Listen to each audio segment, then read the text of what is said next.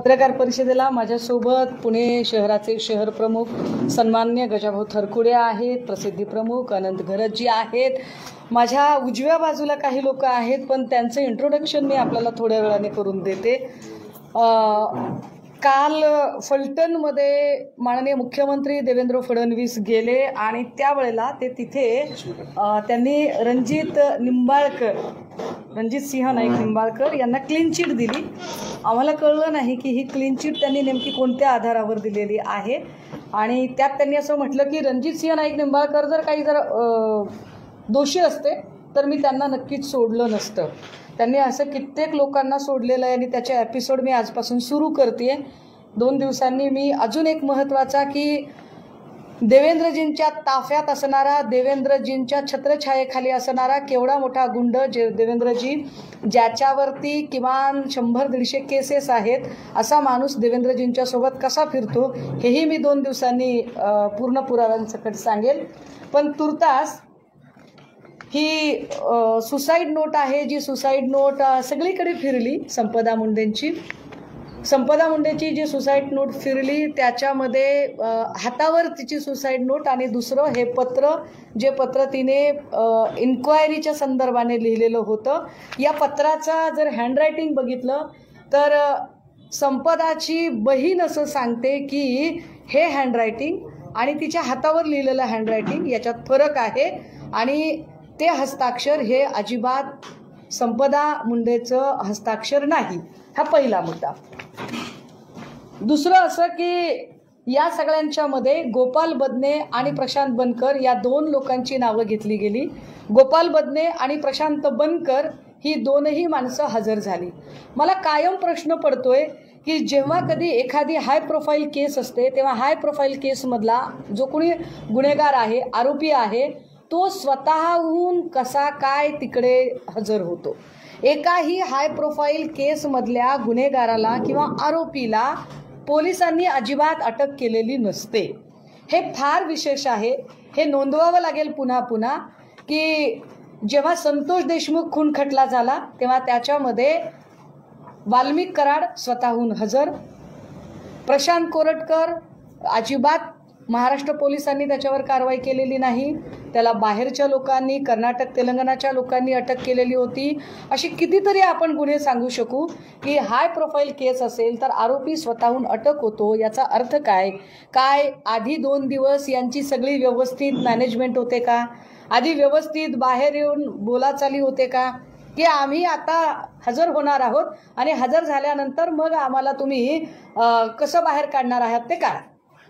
कारण ज्या पद्धतीने प्रशांत बनकर आणि गोपाल बदने हे हजर झाले, त्यांच्या हजर होण्याच्या मागे आम्हाला खूप साऱ्या गोष्टी संशयास्पद वाटतात। या गोष्टी आम्हाला संशयास्पद का वाटतात? कारण 4 पानी सुसाईड नोटमध्ये संपदा मुंडे असं सांगतात की माझ्यावर प्रचंड दबाव येत होता, मला काही लोकांना फिजिकली फिट आहेत असं सांगायला सांगितलं जात होतं। हे फिजिकली फिट असणं काय प्रकरण आहे तर बीड जिल्हा हा ऊसतोड कामगारांचा जिल्हा आहे। मला प्रचंड वाईट वाटतंय की ऊसतोड कामगारांच्या जीवावर राजकारण करणारे नेते सुद्धा याच्यावर काहीही बोलत नाहीत। हा ऊसतोड कामगारांचा जिल्हा जिथून की राज्यभर वेगवेगळ्या साखर कारखान्यांना कामगार पोचतात आणि राज्यभर जिथे पोचतात तसेच ते उपलवेचा जो कारखाना आहे, जो रणजित सिंह नाईक निंबाळकर यांचा कारखाना आहे, याही कारखान्यावर अनेक ऊसतोडीचे मजूर आणले जातात। विशेषतः बीडमधून काही मजूर जातात। बऱ्याचदा असं होतं की ऊसतोडीचा जो मुकादम आहे त्या मुकादमाकडून काही ठिकाणी पैसे आधी उचली दिल्या जातात आणि एखादा कोयतं म्हणजे जो ऊसतोड कामगार आहे, अर्ध कोयतं म्हणजे फक्त पुरुष, पूर्ण कोयतं पुरुष आणि स्त्री। तर कधी कधी असं होतं की या लोकांकडून उचल घेतलेली आहे मात्र ही लोक निघून जातात किंवा ती कामावर थांबत नाहीत। अशा वेळेला त्यांच्याकडून वसुली करून घेण्याच्या अत्यंत आपल्याकडे काय म्हणता येईल अमानुष पद्धती आहेत। अत्यंत अमानुष पद्धतीने कारखानदार या उचली वसूल करून घेण्याचा प्रयत्न करतात। रणजित सिंह नाईक निंबाळकर यांनी आत्तापर्यंत अशा असंख्य लोकांना मेंटली टॉर्चर केलं, त्यांना उचलून आणलं, त्यांना शारीरिक मारहाण झाली, त्यांना इजा केल्या। मी पुन्हा हे नमूद करते की ऊसतोड कामगारांच्या जिल्ह्यामध्ये ज्यांनी ऊसतोड कामगारांच्या जीवावर आजवर आपलं राजकारण केलं, भाषणांमधून कोयते घासून ठेवा वगैरे भाषा केल्या, पण त्याच कोयतेकरी लोकांच्या सुरक्षेच्या बद्दल मात्र ते चकार शब्दाने बोलायला तयार नाहीत, कारण त्यांना त्यांच्या राजकीय पोळ्या भाजायच्या आहेत.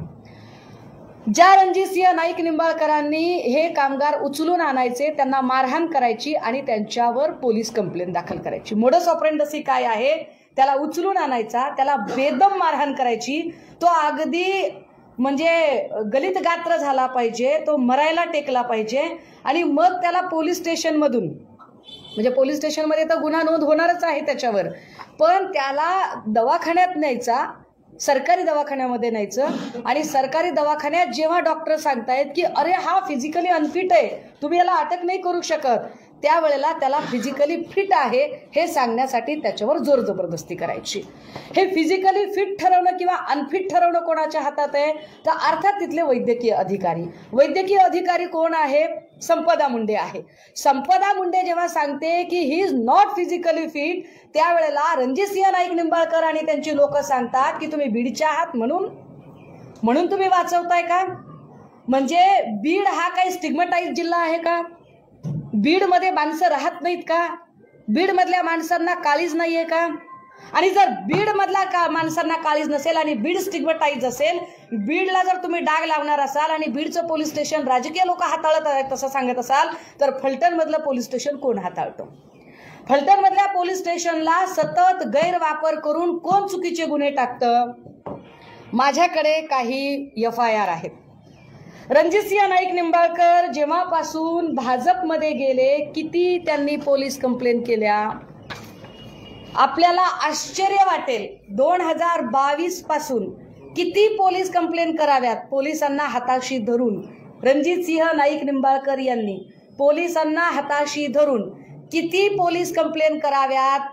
1, 2, 3, 5, 10, 25, 50, 75, 100, 125, 277 पोलीस कंप्लेंट केल्या.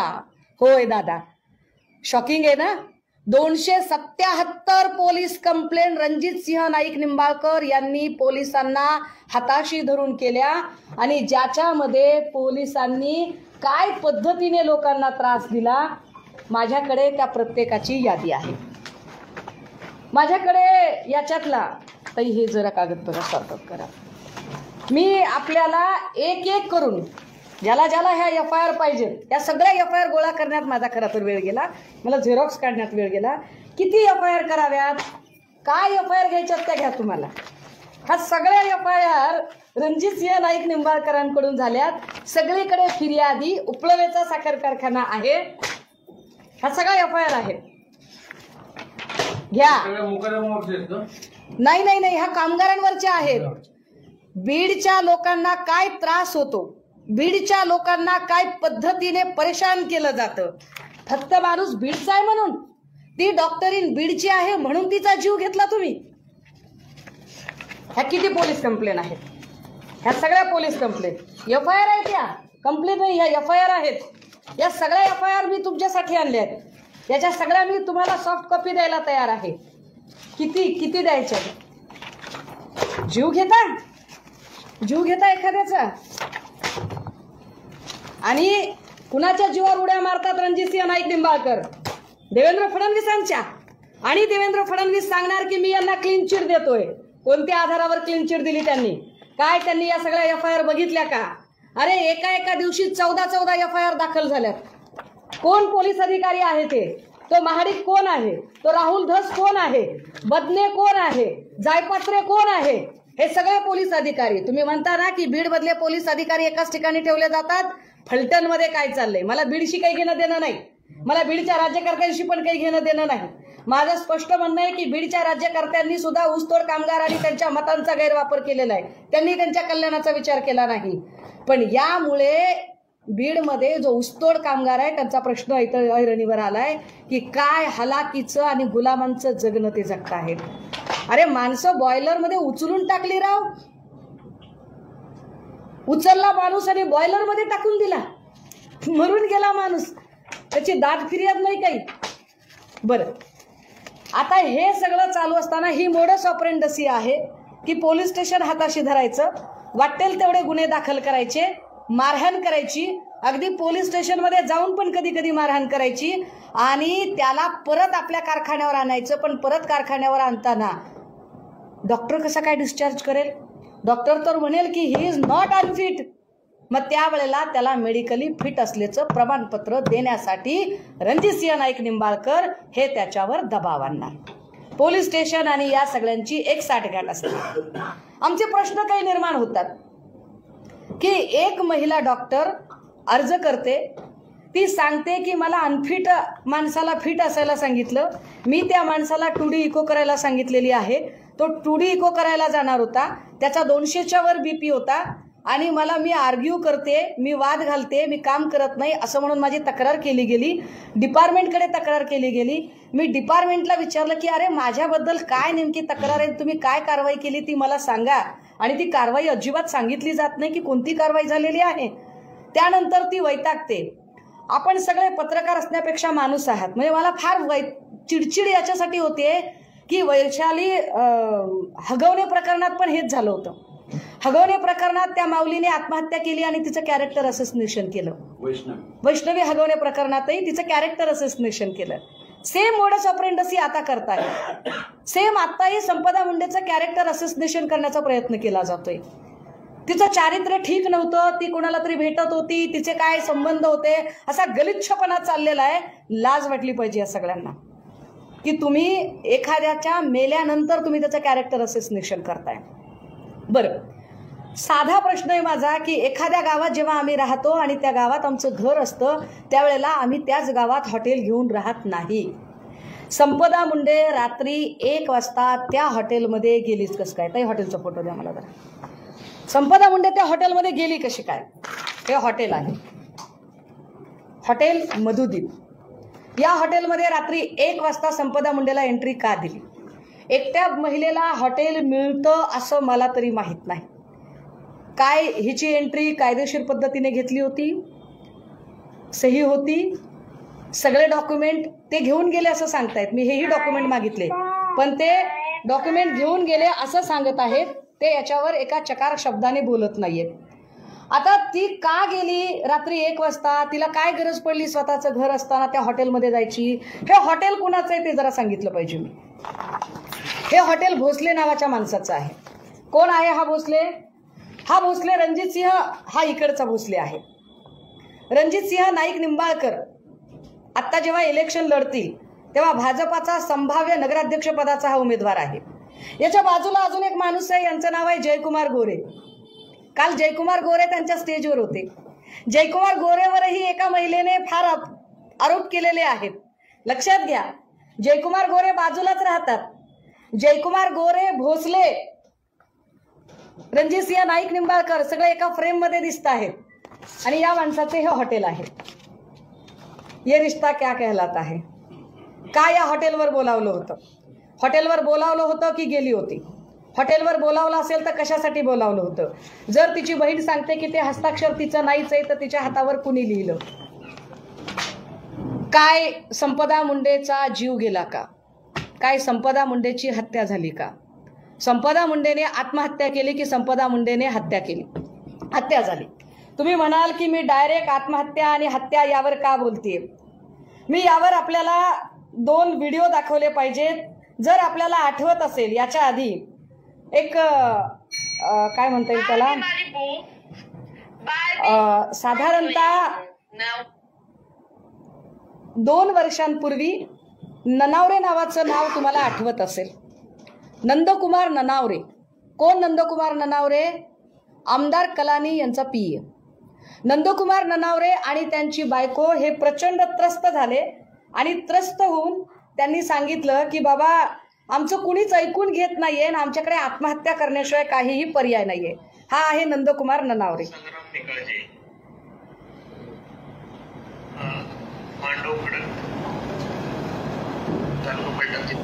मी पूर्ण ऐकायचे असेल मी पूर्ण पण ऐकवते.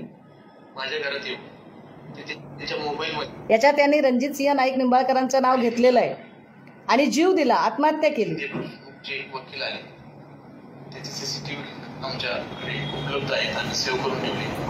माझ्या घरात येऊन ते त्यांच्या मोबाईलमध्ये काहीतरी करत होते आणि न बोलवता आले आणि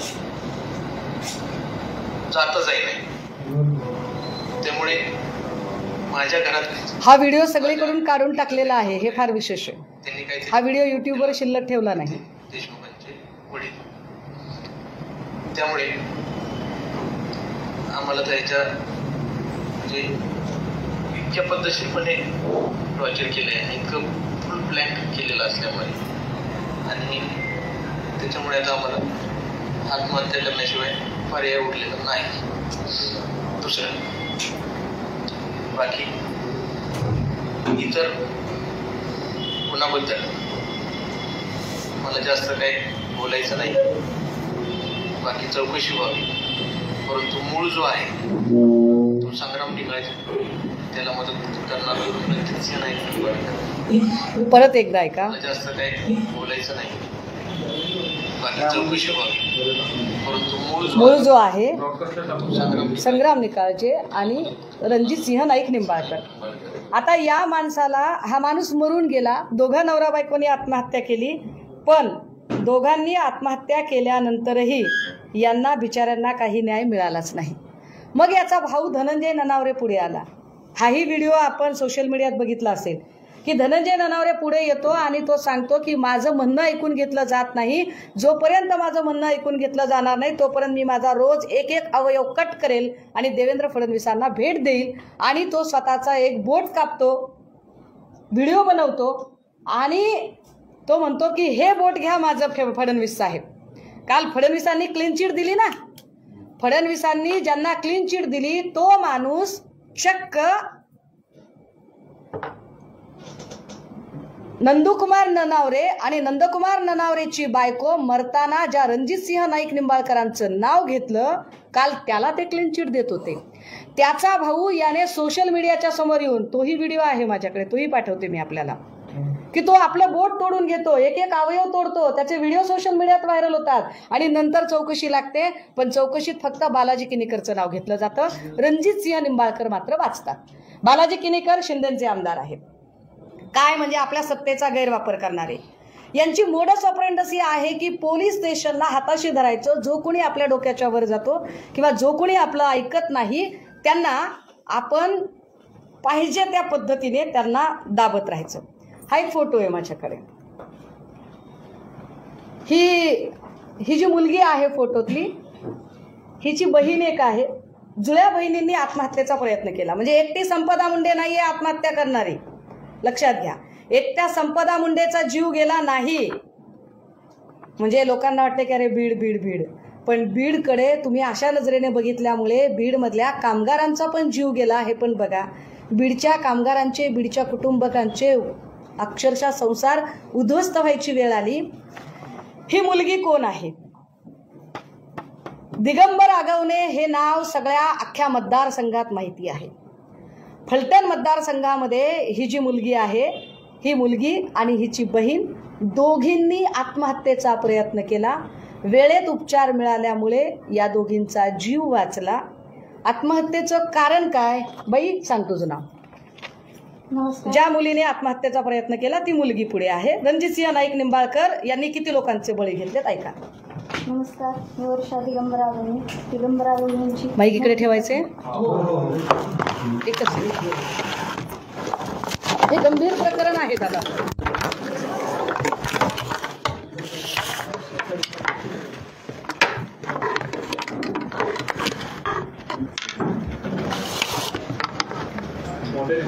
नमस्कार, मी वर्षा दिगंबर आगवणे. दिगंबर आगवणेंची मोठी कन्या. 9 ऑगस्ट 2022ला वडिलांना अटक झाली. त्यानंतर 9 नोव्हेंबरला घराची जप्ती झाली होती. आम्ही 8 नोव्हेंबरला औषध पिलो. त्रास असा झाला की जगदीश कदम हे गावातले म्हणजे रणजितसिंह नाईक निंबाळकर साहेब यांचे कार्यकर्ते आहेत. ते गावातच राहतात आणि त्यांनी आम्हाला घरी येऊन धमकी दिली की आम्ही तुमच्या वडिलांचा कार्यक्रम लावलेलाच आहे, आता तुमचाही कार्यक्रम लावतो. कारण घरी कधी उंबऱ्याच्या आत किंवा गेटच्या आतमध्ये जी लोक वावरतही नव्हती, आज ती लोक घरापर्यंत म्हणजे अक्षरशः किचनपर्यंत ती लोक वावरत होती आणि आम्हाला खूप भीती वाटत होती.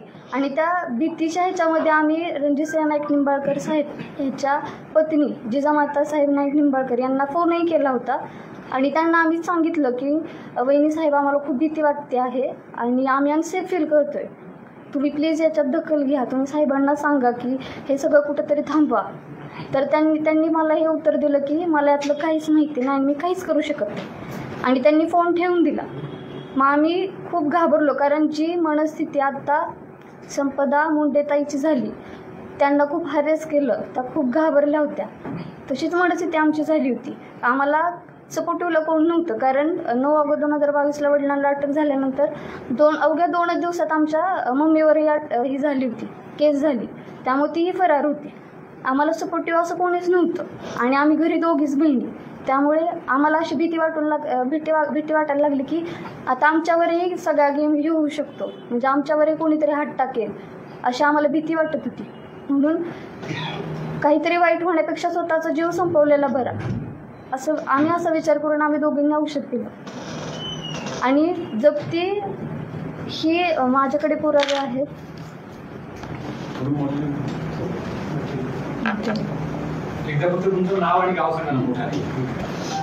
माझं नाव वर्षा दिगंबर आगवणे, मी फलटणची. आगवणे हे सेंट्रल बँक ऑफ इंडिया हे सगळे प्रॉपर्टी आहेत ज्या की तारण नाही आहेत, त्या सुद्धा सील केल्या गेल्या आहेत, हे सगळे आहेत. हा विषय असा आहे, दिगंबर आगवणे आणि रणजितसिंह नाईक निंबाळकर यांची अनेक व्यवसायांमध्ये भागीदारी होती. दिगंबर आगवणेला न सांगता रणजितसिंह नाईक निंबाळकर यांनी त्यांच्या अनेक प्रॉपर्टी बँकेला तारण ठेवल्या आणि या सगळ्यांच्या संबंधाने ज्या माणसाला माहीत नाही आहे त्या माणसावरती केसेस दाखल झाल्या. किती केसेस दाखल झाल्या? एका माणसावर किती केस दाखल व्हाव्या? पोलीस स्टेशनचा गैरवापर काय असतो? रणजितसिंह नाईक निंबाळकर यांना कोण खाणार आहे? मला प्रश्न हा पडला आहे. रणजितसिंह नाईक निंबाळकरांना सिक्युरिटी कशासाठी दिली आहे? देवेंद्र फडणवीसांनी याची उत्तरं दिली पाहिजेत की रणजितसिंहला मुळात सिक्युरिटी कशासाठी आहे? कुणापासून भीती आहे रणजितसिंह नाईकांना की एका पडेल खासदाराला तुम्ही एवढी सिक्युरिटी दिलेली आहे? ही सिक्युरिटी कशासाठी आहे? ही लोकांना घाबरवण्यासाठी आहे? कारण ज्या केसेस दाखल केल्या, एकूण 24 गुन्हे दाखल झाले. महत्त्वाचं, ही पोरगी, ह्या ताई, ती तिकडे ती व्हिडिओ करते, ती ताई, तिचा नवरा मेलेला आहे. हे सगळे बाया पोर आहेत. यांनी काय खून केलाय का? अपहरण केलंय का? खंडणी मागितली आहे का? दरोडा टाकलाय का? चोरीमारी केली आहे का? यांच्यावर मकोकासारखा गुन्हा आहे. काय पोलीस स्टेशनचा गैरवापर होऊ शकतो की यांच्यावर मकोकासारखा गुन्हा आहे? ताई, गुन्हे सांगा आता तुम्ही, तुमची ओळख सांगा आणि गुन्हे सांगा. हां, नमस्कार, मी जयश्री दिगंबर आगवणे, फलटण पंचायत समिती सदस्य, दिगंबर आगवणेंची पत्नी. तर आज जो फलटणमध्ये जो प्रकार घडला, आज 4 दिवस झालं बातम्या बघतोय, जो डॉक्टर संपदाताईंबरोबर जे घडलं ते आम्ही 2 वर्ष झालं त्या ह्याच्यातून जातोय.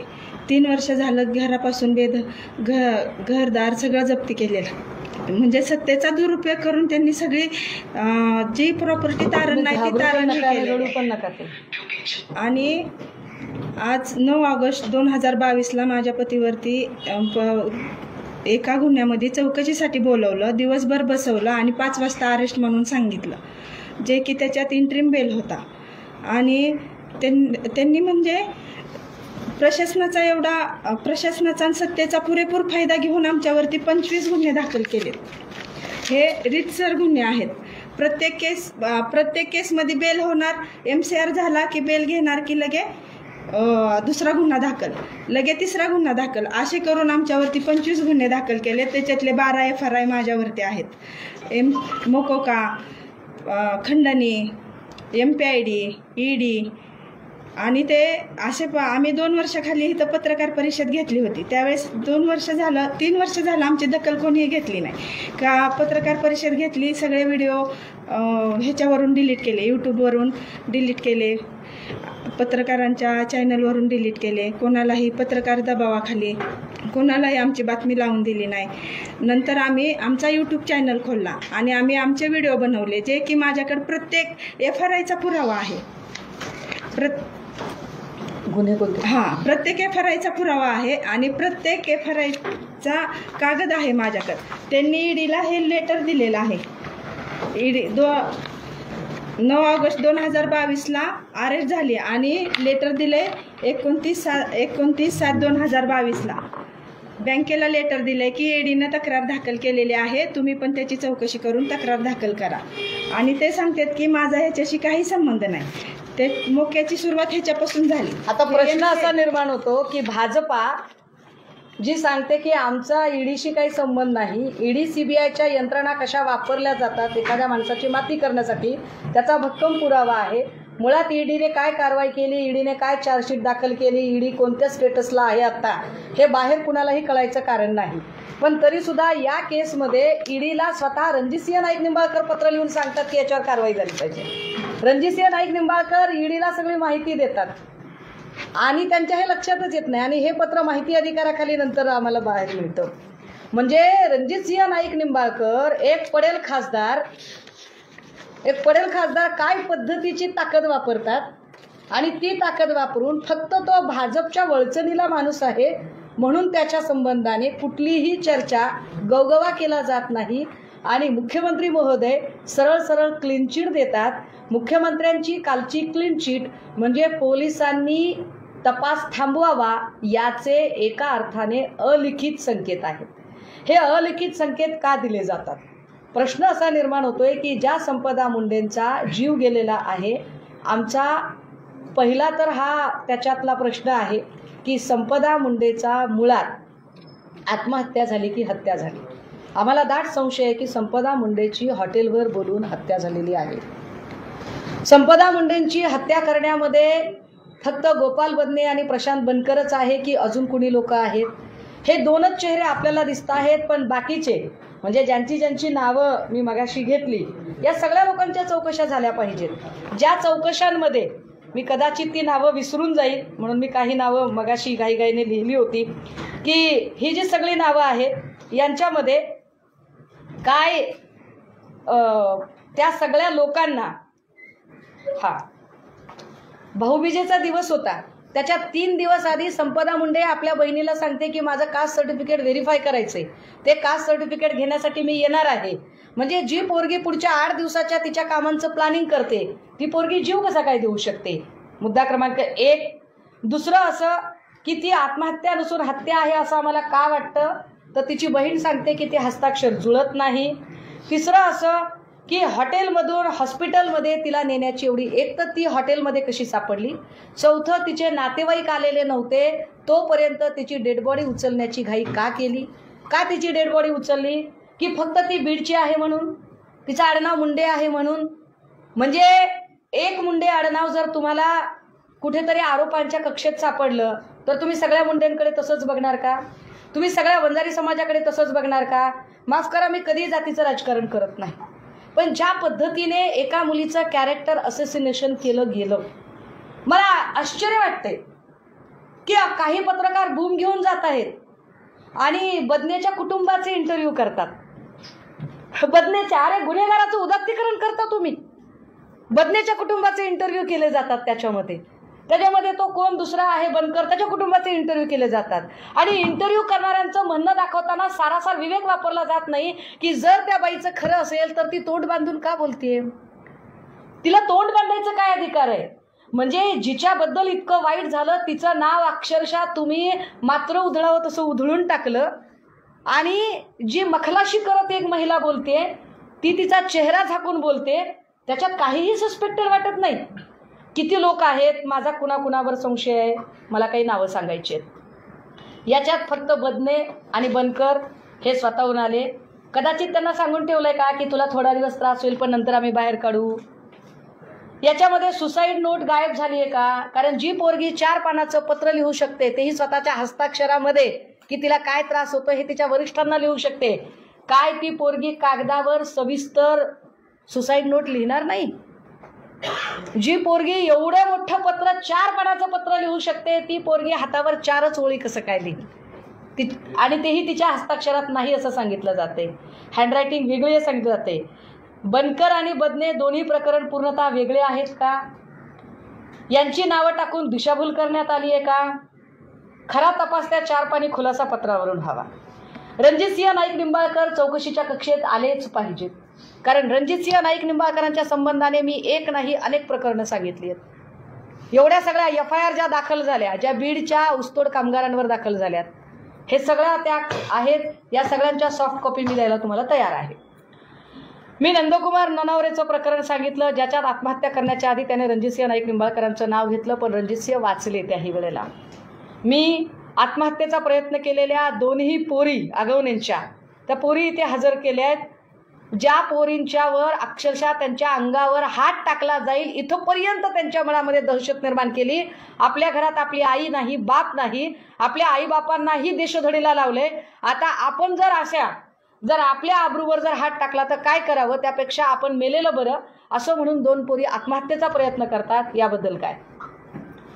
याच्यामध्ये रणजितसिंह नाईक निंबाळकरांचे 2 PA रोहित नागटिळक, राजेश शिंदे चौकशीच्या कक्षेत आले पाहिजे. डॉक्टर अंशुमन धुमाळ, जो अंशुमन धुमाळ हा तिथला हेड आहे, ज्या डॉक्टर अंशुमन धुमाळकडे तक्रार केलेली होती, ज्याला माहीत होतं.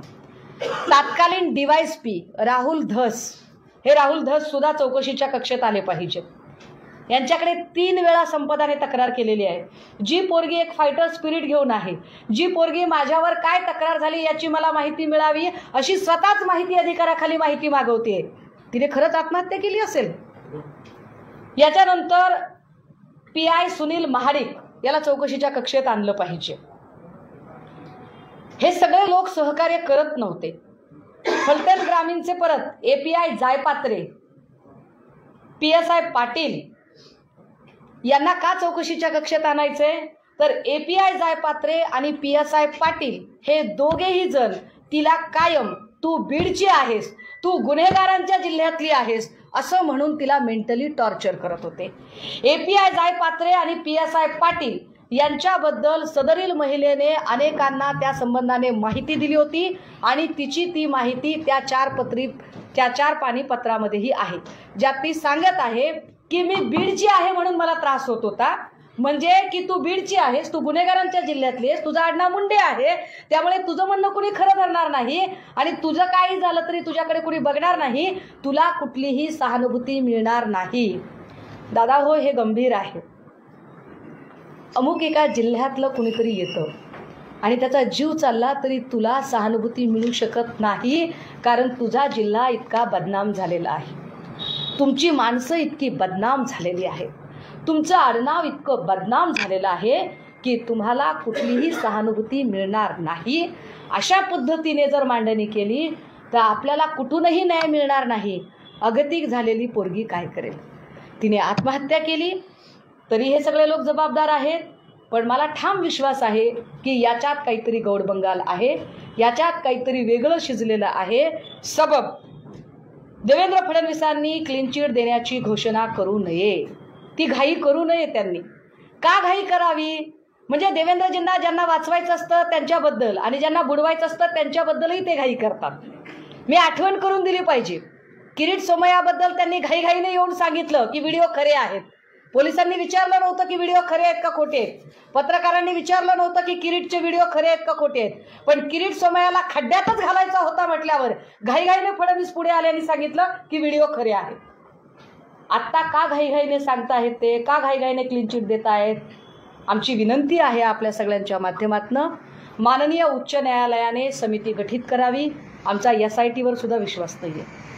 माननीय उच्च न्यायालयाने समिती गठीत करावी आणि या खून प्रकरणाचा, आम्हाला वाटतंय की याच्यात खून झालाय, आम्हाला वाटतंय की बीडच्या एका पोरीची इन्स्टिट्यूशनल हत्या झाली आहे, ही संस्थात्मक हत्या आहे. होय, मी फार मोठा शब्द वापरत आहे. हे जर असंच राहिलं तर एका अर्थाने स्टेट स्पॉन्सर्ड टेररिझम सारखी परिस्थिती निर्माण होईल. ज्या पद्धतीने तुम्ही एक बीडचं एक चित्र निर्माण केलंय त्यामुळे बीडचा कुठलाही माणूस न्याय मागायला पुढे येणारच नाही की अरे बाबा आधीच आपण गुन्हेगार आहोत किंवा आधीच आपल्याला गुन्हेगार म्हणून बदनाम केलं गेलंय तर आपण कशाला न्याय मागायचा. संपदा मुंडे ही त्याच वाटेवरची प्रवासी आहे ज्या वाटेवर नंदकुमार ननावरेचे प्रवासी होते. नंदकुमार ननावरेंची पत्नी गेली. नंदकुमार ननावरेचा भाऊ धनंजय ननावरे ज्याने आपला एक एक अवयव कापून फडणवीसांना भेट दिला, ज्या वाटेवर अगवणेंच्या 2 पोरींनी आत्महत्येचा प्रयत्न केला आणि ज्या वाटेवर मला या सगळ्या गोष्टी चौकशीच्या कक्षेत याव्यात. वाल्मिक कराडच्या वेळेला आल्या ना सगळ्या चौकशीच्या कक्षेत. किती बँका बुडवल्या रणजितसिंह नाईक निंबाळकरांनी आतापर्यंत, किती बँकांकडून कर्ज घेतलं. रणजितसिंह नाईक निंबाळकरांच्या उपलवेच्या कारखान्यामध्ये बॉयलरमध्ये किती लोकांचे घातपात झाले, बॉयलरमध्ये किती लोक पडली का पाडली, या सगळ्याच गोष्टींच्या आता निपटारा झाला पाहिजे. आणि जोपर्यंत निपटारा होत नाही तोपर्यंत हा प्रश्न आम्ही लावून धरू.